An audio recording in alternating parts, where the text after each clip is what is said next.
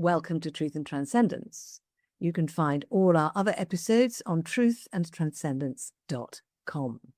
And today I'm delighted to welcome to the show special guest Jody Brooks.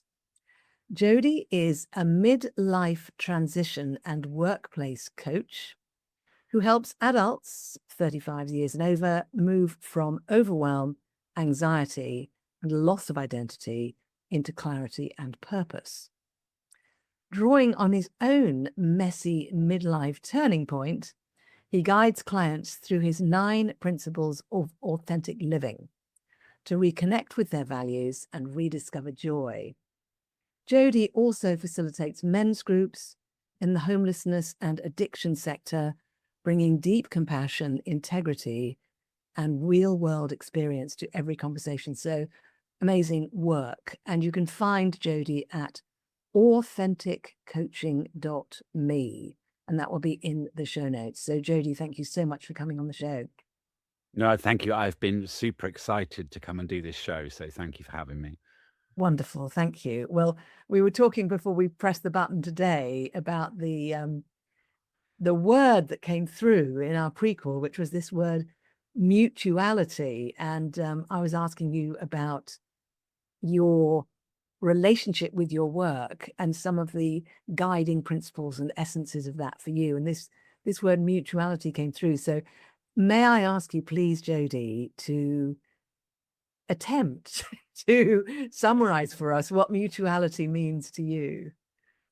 I think that the mutuality came about in my coaching, I suppose, through my own healing journey from that messy midlife and unpacking myself and looking at things and realizing that I'd been in service to others, but at the detriment of being in service to myself. And one of the hardest bits, I think, of that journey was, for me, I'd had 47 years of being a people pleaser, all starting in childhood, trauma, those things, but I became a people pleaser.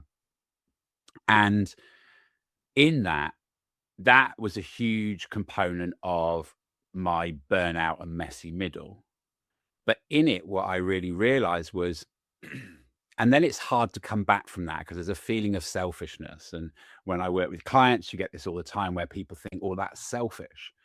And so, and we started having the conversation because I was saying, I don't believe in altruism because nobody actually does anything that's completely altruistic.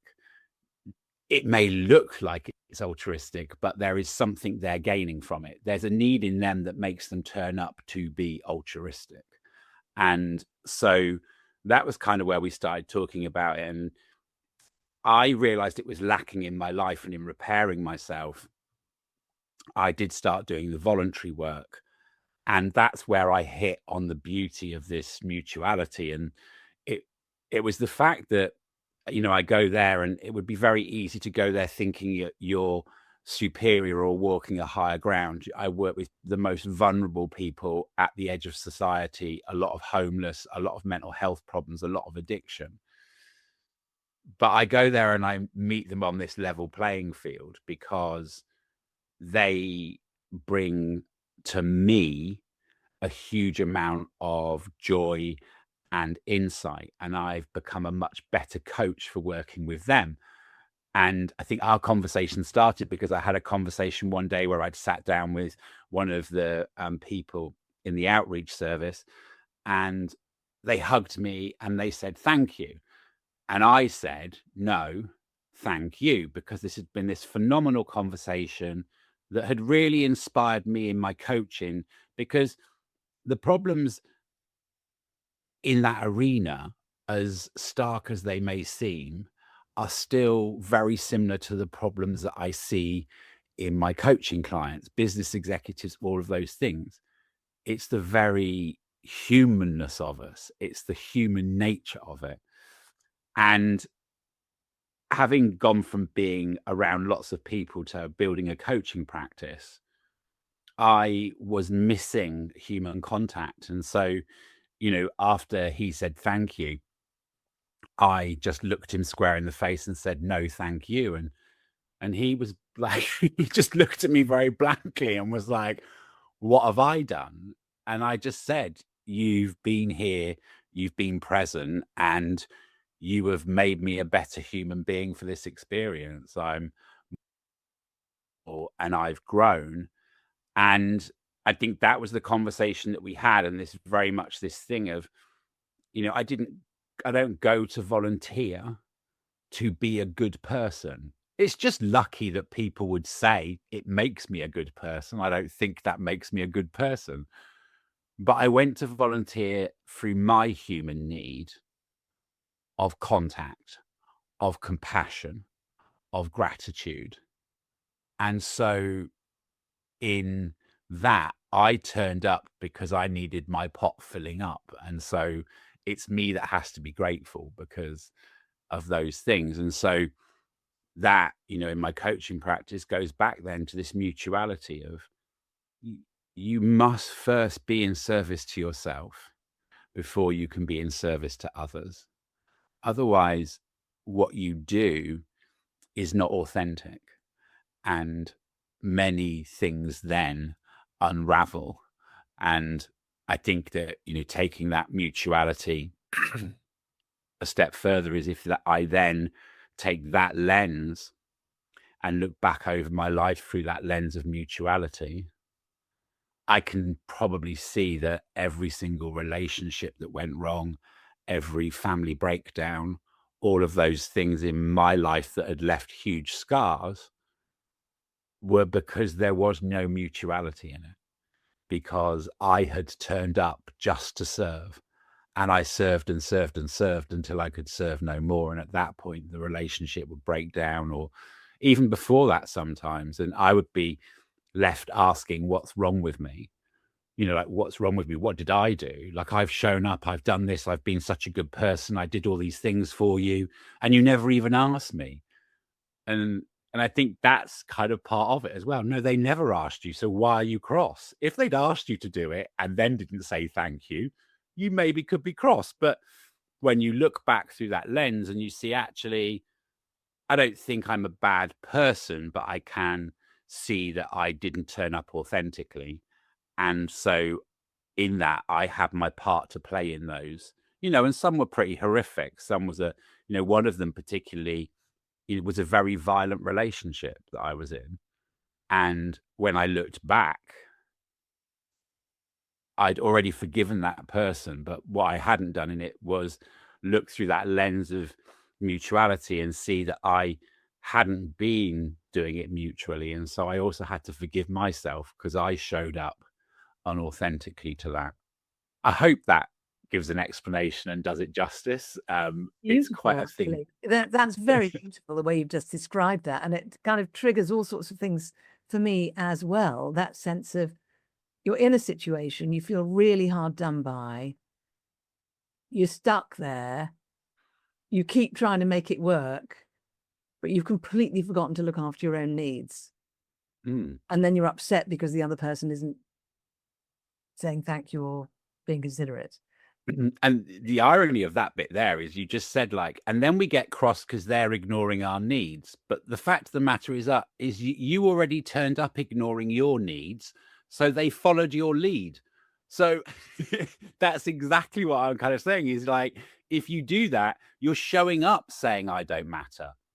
And so that you've given that instruction already. You've said I don't matter. So how can you be cross? You almost told them to do it. Yeah. But there's this weird illusion, isn't there, in the head that goes, I must keep doing this. Did Yeah. you explore? I mean, you said that you became a people pleaser and you kept trying to serve, and then you had this messy midlife, and then you got this insight. Do you have any insight now into the dynamic for you that kept you in the people pleasing mode as long as it did? Yeah, like I I'm again, kind of this, and since we first spoke, I kind of looked back at my childhood through this lens of mutuality again, and I had a childhood that almost was in two halves, essentially. Um, I'm a Gen X, so it was the 70s. My parents separated when I was 6 months old.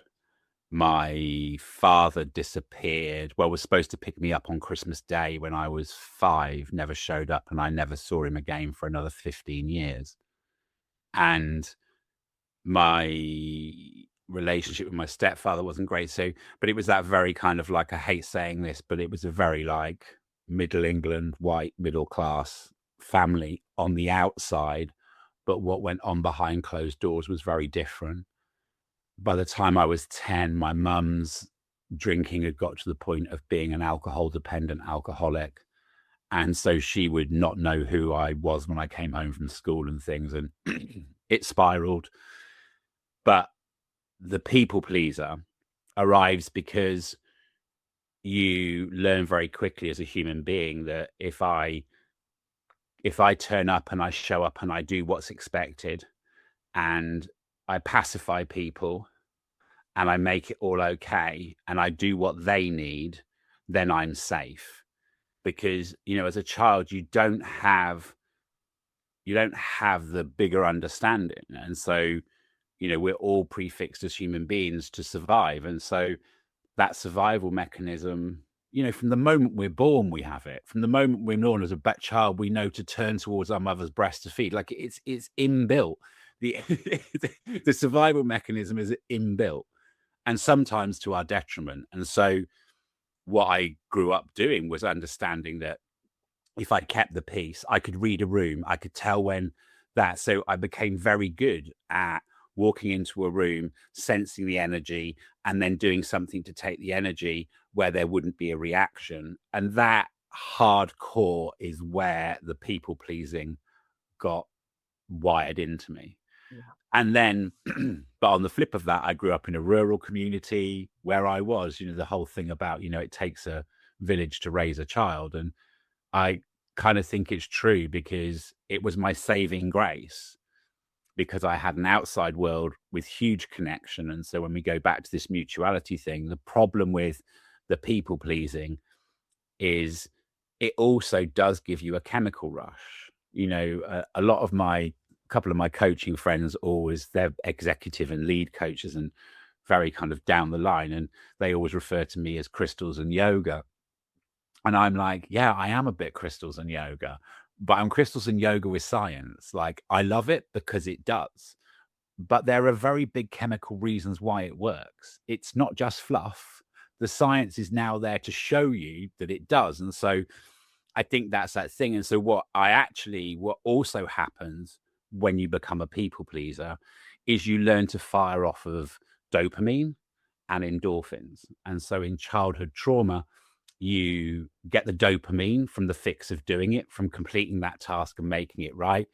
And you get the endorphins because you're constantly pushing through stress. But the problem with those hormones is they are those hormones of singularity. They don't involve any other human being. And so what you actually need to regulate them is oxytocin and serotonin. And those are the hormones of mutuality. They're the ones that are connected through compassion. So I didn't grow up bereft of it because I had it outside of the home. But my driving factor became this people pleaser. And so I truly believe that's why a lot of people like myself then become high achievers, because it's not just the achievement. They're addicted to the dopamine and the endorphin. They're addicted to the dopamine of achieving that thing and the endorphin of pushing through the stress all the time. And so I would say that, it's almost when people say, I've been in survival mode, I spent the first 28 years of my life in survival mode. And I gradually took the pedal off. And it's a hard habit to break. It's a hard habit to break. And you then realize, because it's kind of that whole thing of, like I say all the time to clients, we live in a world where we think there's a right and a wrong. And a lot of the time I say there isn't. Both things are right. It just depends on the perspective. But because we hate that messy middle, as human beings, we like a yes or a no. so, so, so what happened for me then was like, I had to find a way to take all that I'd gained as a people pleaser and not see it as a bad thing. And that is that bit where, you know, you sit in the middle in the mess and you just go, okay, well, it's not all bad. There were times where you're a people pleaser where it really paid off. So you now have to find that lens, and that lens became mutuality. But I think, you know, that behavior beds in very early. And when your subconscious is reading all of those things, it's very hard then, because that becomes your operating system. Your operating system and your subconscious has one objective in our lives, and that is to keep us safe. So if by the time you're 5, you've been programmed with that as a behavior, like you're going to run with it. And I did. Yeah. Yeah. Great insights. Amazing. And interesting, you know, that you kind of started traveling this insightful path as a result of everything being messy. But I've got a question. How can somebody are there sometimes people who are not addicted to the first 2 hormones, but addicted to the second 2, the serotonin and oxytocin? Are there people who are addicted to those 2? I mean, I think we're all addicted to them, like the serotonin, particularly because it's a mood regulator. And, you know, I think the harder thing is it's harder because it's the reason that you can kind of get very drawn into the dopamine. This is where doom scrolling comes from. Like, doom scrolling is because of the dopamine fix that people get by doom scrolling. That simple scroll tap is enough to flood your body, but it's very low level, which is why the doom scrolling goes for hours. But if you think about it, everybody would say there's an emptiness. It's like they're scrolling as though when they get to the bottom, they're going to find something, but you're not. You're never going to find it at the bottom of that scroll, because there is no oxytocin and there is no serotonin at the bottom of that scroll, because you actually need human connection to get those things.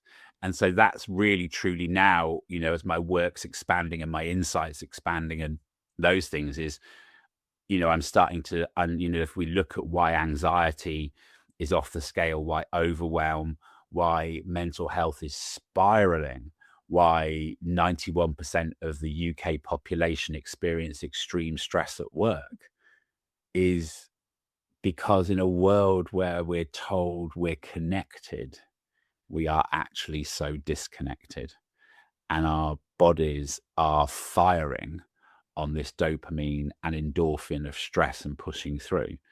And so I think genuinely I'm addicted to oxytocin and serotonin. I think they're the best things ever. But I also realize that to get those, I have to take action, like going and volunteering, spending quality time with people, not relying on social media, not doing those things. And it's hard because in it, you kind of have to construct. So when I work through, interestingly, the 9 principles, they all look to an area of dopamine, endorphin, serotonin, and oxytocin. So it's about a balance, because you couldn't survive on oxytocin and serotonin either. You know, the dopamine is there because it's the reward, it's our drive, it's our motivation. So we do need it, but it's about where you place that, you know. So So simple are things. we sometimes chasing dopamine and endorphins when what we really need is serotonin and oxytocin? Yeah, So we're completely. chasing one thing that's not going to fulfill the need. Yeah. Because you get like they're very separate things, you know, and I always say like those 2 things, you know, they're the hormones of singularity, because we can do that ourselves. You know, I'm a great one for lists. I don't know whether you are, but ticking off a list gives you dopamine because it's a sense of achievement. So it is our reward hormone. Like we do need it. But what we're doing is we're hijacking our system where there isn't the other stuff that goes with it. And so that's the huge problem. And, you know, oxytocin and serotonin, I suppose, are much more emotional hormones. But you know what I love about oxytocin? Like, you know, the whole thing that like kindness is contagious. It really is.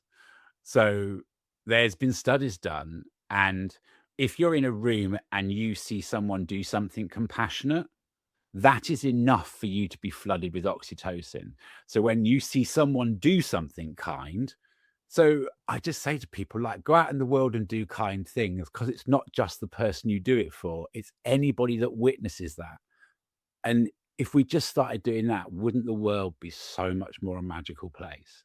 You're so right. I mean, And I love it if I see a movie, let's say, where people are being genuinely really kind to each other. It's incredibly satisfying, you know, or even on a that's why we like it's also why we like sad movies, because you get oxytocin from a sad movie. You don't have to, you know, the amount you get differs, but just by witnessing it, by witnessing that emotion. yeah. And so, again, if you think about what people's social media streams are full of, the problem then is that if you're doom scrolling and all you're seeing is negative, you will then also start to fire your stress response. So then this is when you start flooding yourself with cortisol as well, because your body thinks it's in a heightened state of stress and you're scrolling, but it primes you to run. And so, so, so, like, you know, kind of being careful of what your algorithm is. I mean, I am so rigid with mine. I mean, like, and I think sometimes my partner jokes because, like, you scroll mine and it is all like crystals and yoga and sweetness and light. And so I don't have, you know, I don't have political stuff in mine because I've been very careful about how the algorithm gets trained to me. And so, yeah, I think there's a lot you have to be careful of there. Absolutely. So this also reminds me of people who get really fixed on something that really stimulates them. Like, have you ever watched or listened to Alex Jones? Do you know who that is? No, no, no. No. All right. Very popular American broadcaster, but very much into sort of conspiracy theories and that kind of thing, and shouting at the top of his voice at the screen. And, you know, I've known people find that really stimulating. It's like a form of doom scrolling. Mhm. And then they get really excited and go around shouting at all their friends about it. And they can't stop. It's like they're addicted to it. And it's like there's this sort of energy flooding through their body that they're addicted And to as they do that. I think, you know, like also, you know, certainly in, you know, I always say, you know, on top of this dose and the endorphins and the mutuality is that, you know, every single human being requires, and I think when you work in addiction, homelessness, mental health, you start to see where these people have at some point experienced not having these things in their life, which is to be seen, to be heard, to be listened to, and to belong. And so, to go to your question there, is that sometimes these kind of sensitive things, they give us a sense of belonging.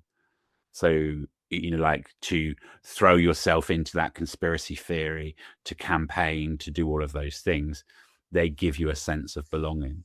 And again, that will give you oxytocin and some serotonin as well, because it's a form of connection. Yeah. And just to say to the listeners, this is not a downer on conspiracy theories, because it could be the other side of the extreme. It could be, you know, I don't know, I love Trump or whatever it Yeah. might be, could be your obsession that Mhm. where you're chasing something to try to feed something in you, but you're not chasing the right thing, is what you're saying. You're saying it's like Yeah. a habitual chasing after the wrong. It's like that looking for love in all the wrong places song, isn't it? I Yeah, completely. And I think that's, you know, and so that, and I think that sense of belonging is possibly huge now. And, you know, when we're looking at that thing, because, you know, it's very hard to get a sense of belonging online. It's very, very hard to get a sense of belonging online. You can get a form of belief, but I would argue, you know, I'm not the scientist, but the insightful journeyer person that journeys, and would say it's very hard to get a true sense of belonging in the digital world. but it fulfills so many other things in us as a human being that it's a wolf in sheep's clothing. And I don't think all the time people are really aware of what it's stealing from them. Yeah, yeah. And do you feel there's a connection between us being kind of depleted in terms of what we really need, and our susceptibility to getting sucked into that negative aspect of social media, for example?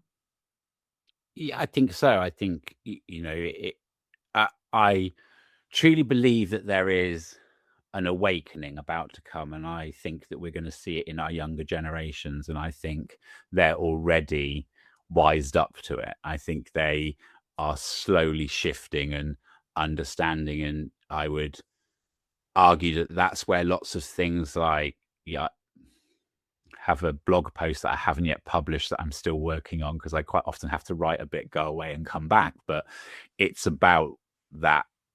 It's about the identity piece around why the sudden surge in non-binary and why the sudden surge in all of these things. And I always say, like, when we get these things, we think they're the problem, but they're not. They're a symptom of a bigger problem. And ask yourself why all of a sudden a huge section of society, particularly in a certain age group, is saying, I don't want to belong to that, because they don't see themselves in it anymore. And so I think that that is part of this awakening of discovering human connection, but discovering it on their terms. Look, I'm a Gen X, so that when this started to happen, I was the same as lots of other people. And was like, oh my God, really? Like, what is that about? Like, it's just a natural instinct in you. Until I went, you know what? That's not the problem, Jody. Like, look at it. What's it a symptom of? And it is a symptom of this thing. If you kind of go, is that I don't wish to conform to that, And so I think it is this beginning of a journey of people going back to what I said, of learning to be in service to themselves. It's almost like when something goes too far one way, it's 360 degrees and it comes back round on itself. And I really feel like those teenage generations now are going to be the ones that do the 360 and go, enough's enough. Well, there has been a lot of swinging back round already in relationship to it now, hasn't there? There's laws being passed in the States, which is, no, you cannot cut off a child's genitals. It's illegal. You're not allowed to do that, which bizarre that has been made a law, but there are, as you say, you're absolutely right. There are swingbacks. And actually this thing about the gender thing that you picked up on, I can remember something which could be the roots of that right back from when I was a child. That thing of, I don't want to be limited by my gender. I don't want to be limited by the fact that I'm female. And females looking at males and going, being male, you're not limited. What do we know?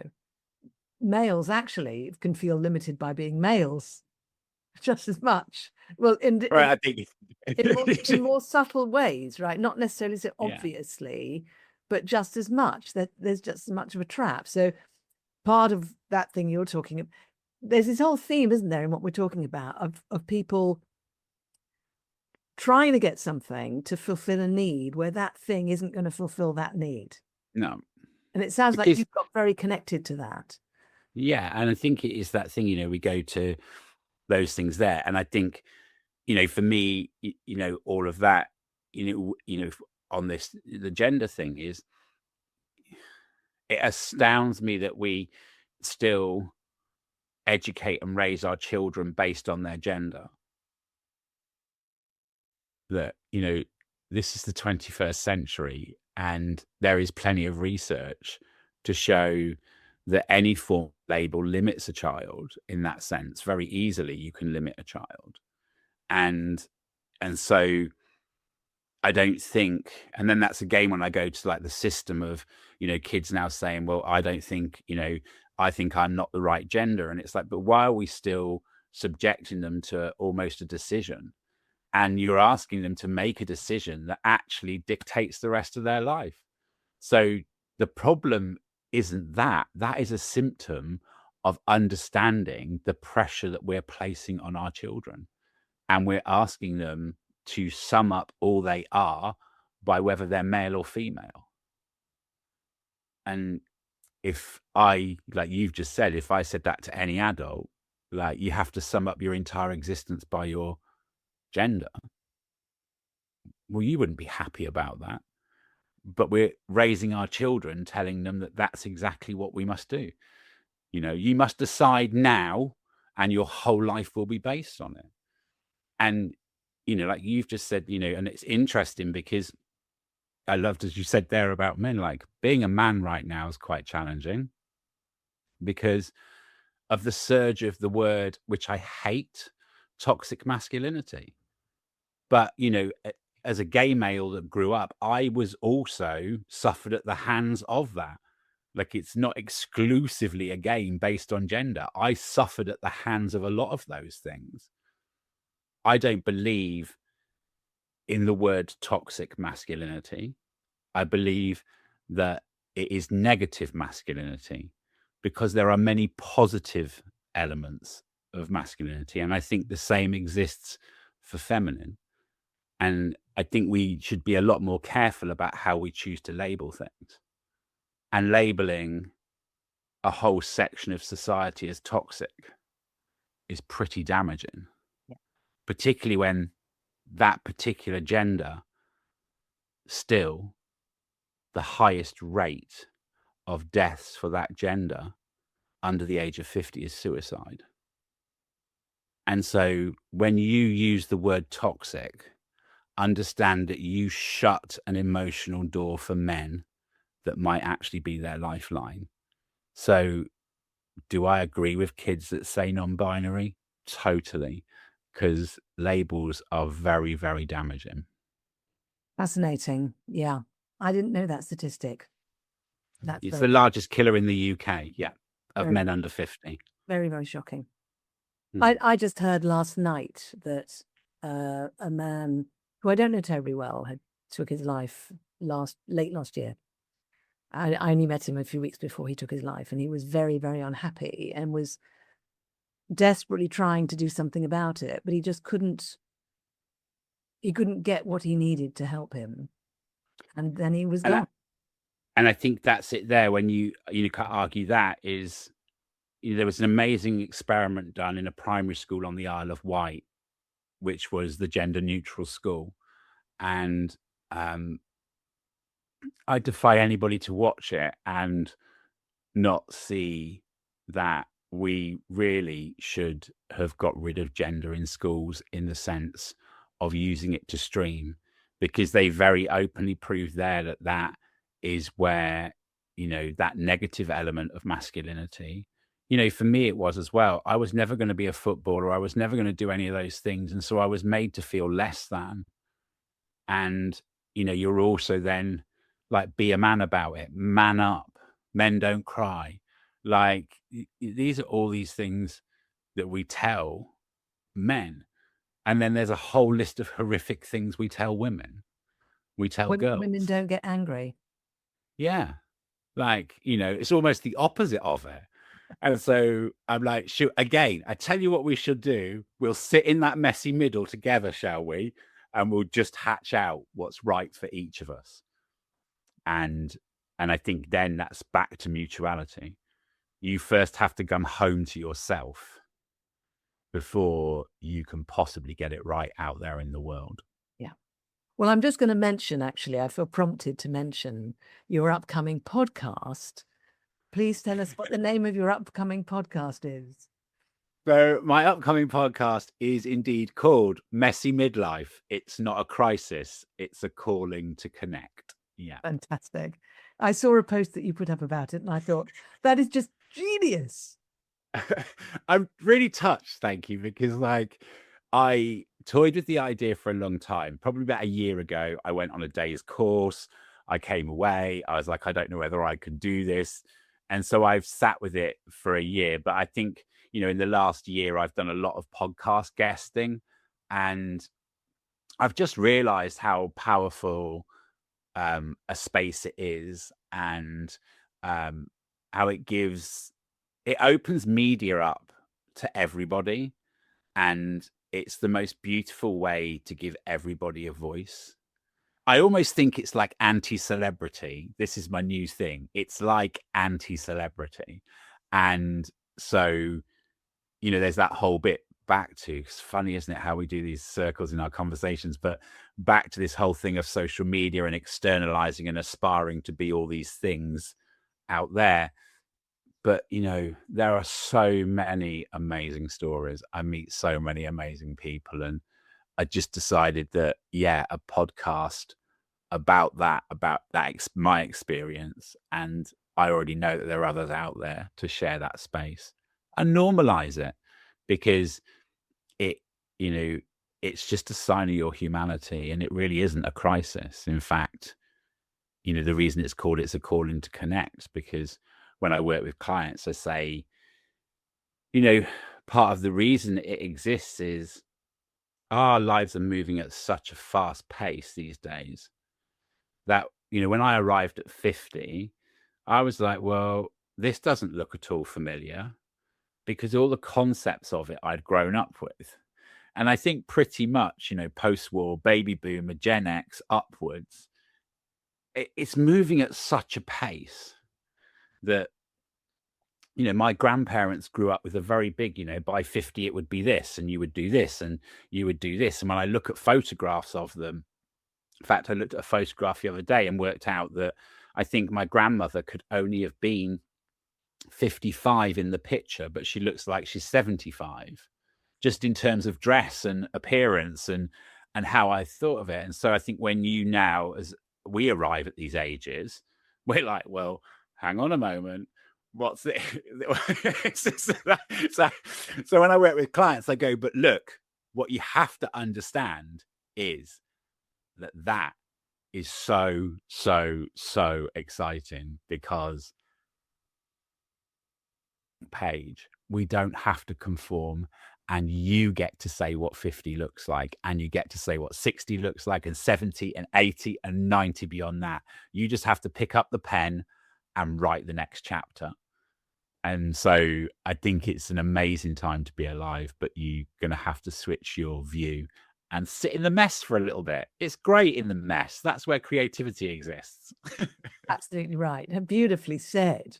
Well, actually, that brings us to a beautiful point, actually, for me to sort of lead into the wrap up for the conversation. So, some of the people who listen to the show, probably quite a few of them actually, because of the nature of the show, are also out there doing their bit, trying to help raise consciousness, help people with their leaders, parents, whatever it might be, right? So is there something you'd like to say to those people who might be listening to us now? I think, never ever doubt how bright the light is that you shine in the world, but make sure that you never take your eye off the fuel that is required for that light. And that fuel is within you, and it remains connected in you. Always be in service to yourself, because that's how you truly show up authentically, to be in the service of others.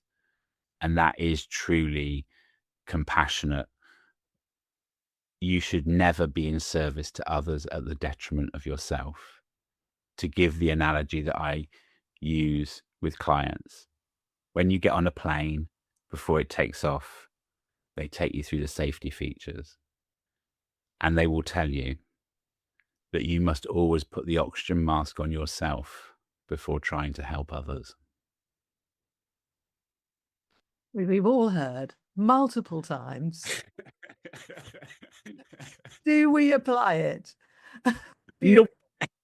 We've talked about a lot today, and it's been really I knew it would be fascinating. I had no idea exactly where it was going to go, and I'm guessing you probably didn't either. Has there been No. has there been a favorite part of our conversation for you today?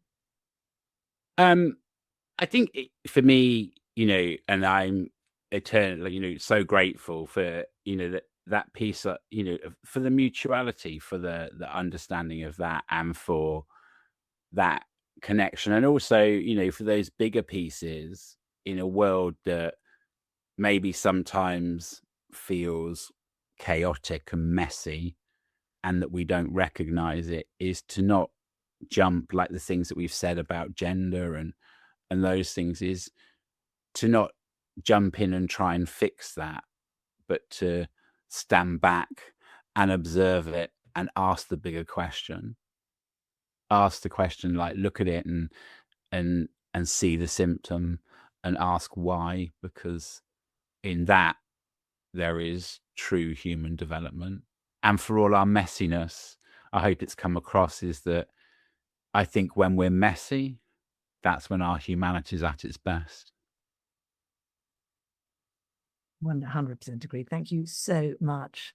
And for everything you've shared today, beautiful and powerful. And let's just remind people where to find you, which is authenticcoaching.me.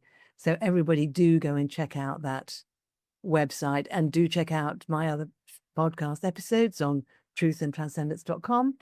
And also, if you'd like to find out what else I'm doing, which includes coaching and workshops and juicy stuff like that, go to beingspace.world. So thank you so much, Jody, for coming on the show. Oh, thank you. It's been an absolute joy. I will bounce back to my study this afternoon. Excellent.